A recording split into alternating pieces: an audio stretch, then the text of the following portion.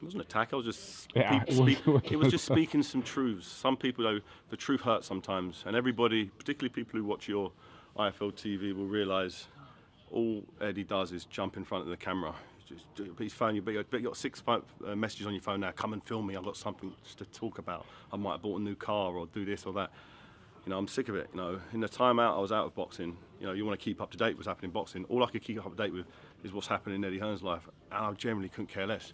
You never used to get Barry Hearn, his father, who was a great boxing promoter, screaming and shouting and doing all these videos. It's a different time, you know. Chris Eubank, Nassim Mohammed, both, you know, institutions in their own right because the promoter allowed them to promote themselves. If you look at look up Katie Taylor's interview you did on here, he hijacked her interview. She was there. I actively went on YouTube to look at see what Katie Taylor had to say after her first fight. Genuinely interested, and I ended up having to listen to Eddie Hearn yapping. I'm like, why are you here? This is not about you. This is about Katie Taylor. Let me talk about Katie Taylor. Let me hear what she's got to say. But he's got to take a backward step. Let his fighters do the talking. You know, it's a situation like now tonight, or just here at the press conference. It should have been Adam Smith from Sky Sports presenting the press conference, but it wasn't. Eddie Hearn snatched the mic and started asking everyone questions. I'm like, dude, this is a co-promotion. I actually own more of this promotion than he does. You know, it was never arranged that you're going to start asking people questions, but he took it upon himself to take the mic off Adam Smith and start narrating that. I'm like, it's like me taking the mic and start asking Eddie Hearn questions, asking Belly questions. I won't do that. You know, I'm promoting this event. Haymaker's promoting this event as well. So, you know, he needs to calm down, let his fighters do the talking. And he got all riled up. What's he getting riled up for? Sit back, let the fighters talk. It's Haye versus Bellew.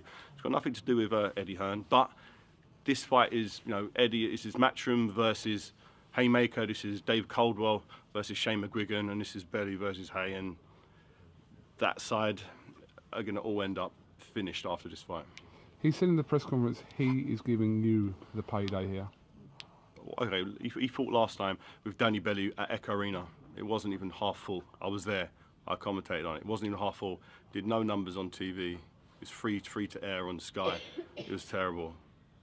That's what he did. My last couple of fights against people, well, not world title fights, not for any title whatsoever, just me fighting some guy who no one's ever heard of, smashed his ticket sales and got record-breaking numbers on television. So that's the difference between the two of us. Now he's in a fight against myself. Tickets sold out in a matter of seconds. It's the highest grossing fight ever at the O2 Arena.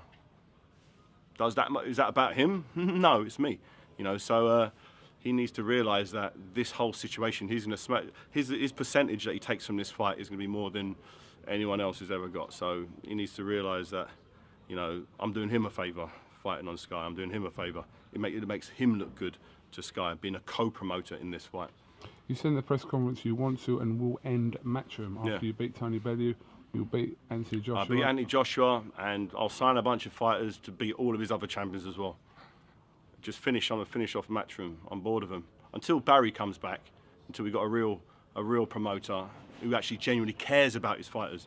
Can you imagine Barry Hearn putting a cruiserweight in with a heavyweight? You know, a cruiser punch. No, of course not, because he had the fighters' interest at heart. He always looked after his fighters. Eddie just wants to put fighters in just for the sake of fight. No, fighters put his champions in fights he knows they've got no chance of winning, just because he might get a few extra quid at the end of it. You know, he doesn't really care about his fighters, doesn't love his fighters, and you know, it's bad for boxing. You know, what has he had to struggle for in his life? Think about it. You know, the guy was born with a silver spoon in his mouth. I've had to work for every single thing that I've ever had. What's the biggest decision he's ever probably had to make is, when am I going to get a blue or a black Bentley on my 18th birthday? That's it. And he goes around thinking like he's a bit of a gangster. All right, mate, yeah, giving all the Essex crap. The guy's a chump, and he needs to be exposed. And I'm going to do that. I'm going to expose him against Bellew, and then do exactly the same thing with Anthony Joshua as well.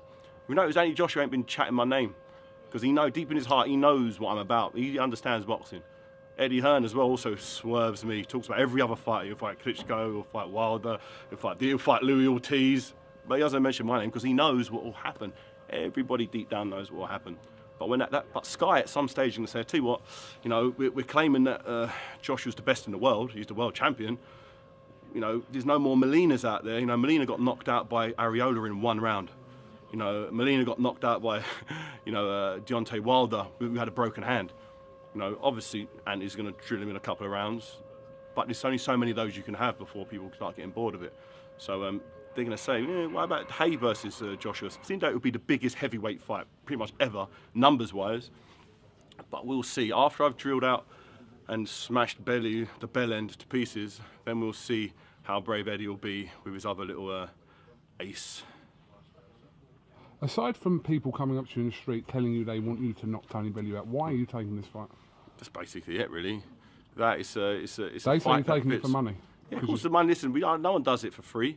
You know, whatever job you do, you're not going to do that job for nothing. It's going to take, you know, 3 months of training. You know, I want to be compensated at the end of it. I always am compensated. All the other fights, my last 2 fights, I got paid well. The fight before that, I got paid well. It's just what I do. I fight and I get paid. So it's like saying Mayweather's only taking his next fight because he's getting paid for it. Yeah, it's a job. It's my job. It's my profession. It's what I do. There are other fights I could have took and got good money, but this one was attractive because not only am I getting paid, I've got the opportunity to give the fans a big smile on their face. And they haven't been that happy over the last couple of fights as the opponents got knocked out pretty quick. You know, so this just gives them an opportunity to see someone get knocked out quick they actually know and care about. But Eddie and Tony specifically saying you're taking this fight because you haven't got money. I don't know where they got my bank statement from, but if they want to believe that, then if they want to believe that, that's the only reason I'm taking it. Then they can believe that all they want. I know you touched on this in the press conference. Can you just clarify again why Lucas Brown and also obviously Shannon Briggs' fight didn't materialise? Yeah, we offered Lucas Brown $2 million to fight, but he's not interested at all in any way, shape or form. Just flat out said no. You know, he wants to win the title, the WBA title, and then defend it against me. But he wants to be the first Australian, and he knows he won't beat me. So that's why that fight happened. And coincidentally, he failed a drug test recently, so I don't know what's happened with his career. Shannon Briggs, on the other hand, you know, we had a contract. We agreed, you know, me and his people agreed that, this is from their side, remember, they said they can bring the WBA vacant title to the table, that we could fight for that. And if that was on the table, that fight would then be pay-per-view worthy. And all he had to do was fight in the undercard. His people said they could guarantee that. Well, okay, if you guys can guarantee that, I'm happy with that split because you're bringing the title. It's got nothing to do with me. I'm sure it'd take a lot of money to pay all the people ranked above us, step aside money to get us to this title fight. So we agreed everything. Coincidentally, he couldn't get the WBA title on the line, and with that not being on the line, there's no pay-per-view. He's not interested in fighting in a non-pay-per-view show because it means he gets a couple of $100,000 opposed to $5 to $10 million, which he wants to sail into the sunset, you know, screaming, "Let's go, champ," into the distance. Yeah, but you know, that's still a fight. Listen, as long as he stays unbeaten, if he somebody, he might be fighting for a vacant title soon. If that is the case, then there can be business to be done. But at the moment, we're talking about me ducking him. I've got a contract. I've got a contract with the stipulations that he failed on. So that's that. He doesn't want to fight on free-to-air television, so that's why the fight didn't happen. I was willing to fight him on free-to-air TV for no titles, just because it was just a fun fight. Just like this one's just a fight. Same way, I was going to take that fight like I'm going to take this one. But Tony was actually willing to do it, and he had the backing in Sky Sports behind him, his promoter, Matchroom, to make the fight happen. So that's why the fight's happening. We haven't seen this David Haye since probably you fought Chisora. Obviously, you haven't been active as much as whatever in that period, but today it seems to be you were leading the sort of the vocal charge. I feel back. You know, I belong in these big fights. This is what I'm here for. This is why I'm in boxing. I'm in boxing so people care, so people are interested in the fights I'm having. You know, they were interested in before, but it was more of a curiosity. I wonder if David's as good as he used to be. Will I knock 2 people out in a couple of rounds? Okay, he's back. Let's see David actually in a fight against someone who's a champion. And Tony Bellew speaks a lot. He's got a little following up in Liverpool, and you know, he had a small part in a Rocky movie where he played himself like a complete moron, and that's it. So people want to see that, and tickets sold out. As I said, record-breaking numbers. In terms of ticket prices and whatnot, and people generally want to see the fight for a non-title fight. So, you know, that's why this situation is happening. Just finally, that head-to-head there seemed to throw a punch. I didn't throw a punch. You sure? I definitely didn't throw a punch. All I remember is him pushing me. I just remember him pushing me, so I went and pushed him back. Maybe I pushed him in his face with my fist. Maybe. No, no, I don't know. No, I just remember pushing. I remember thinking I never initiate unless I really, really feel threatened, and he's not that scary. So I was gonna be. It's only till I felt his hands connect to me that I did anything. I think I just sort of just give him a little slap round the side of his head. I think that was it. Nothing hard. But if he thinks that's, I heard him say, "Oh, you punched me." I think if he thinks that's a punch, woo, he's in for a tough night on March the 4th, because I literally just gave him a little slap, and he felt the power of the slap and thought it was a punch. This guy's in such trouble. Oh my God. Okay, David, listen, thank you very much. On to IFL TV. It's a 4-month build up to this.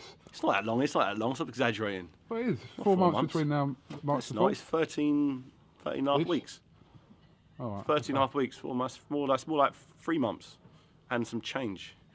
Fair enough. You're making it sound like it's really far away. 4 months is like ages away. This is like. Well, it's March. We're in November. I know, but so we're at the kind of end. See where I'm going. We're at the end of it, and it's at the beginning of that. So. Oh, okay. Yeah. So. But thank you very much for giving us a little bit of time, and yeah, roll on March. Well, what's your prediction for this fight? How long do you reckon he'll stay conscious for? I'm not going to get involved. Okay, in this. oxygen or no oxygen after the fight? That's the bet's going to be. Again, I'm not going to get involved in this. If you want to ask me when the camera switches off, feel free. Okay. But you got to admit, it's a bit irresponsible for his team to put him in the ring with me.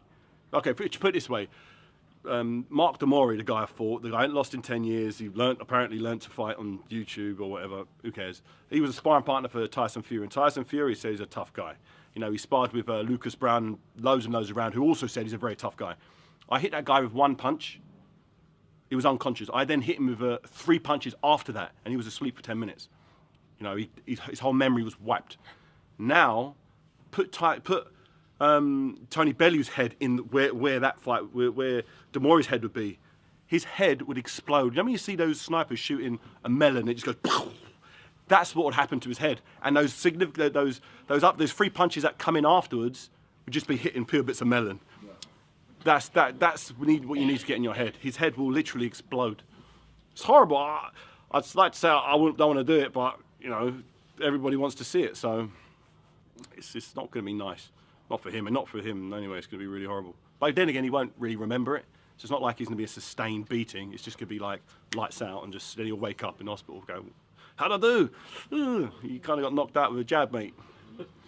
That's how it's going to go. Well, only 3 months. I've got to wait that long. Oh, that's really annoying.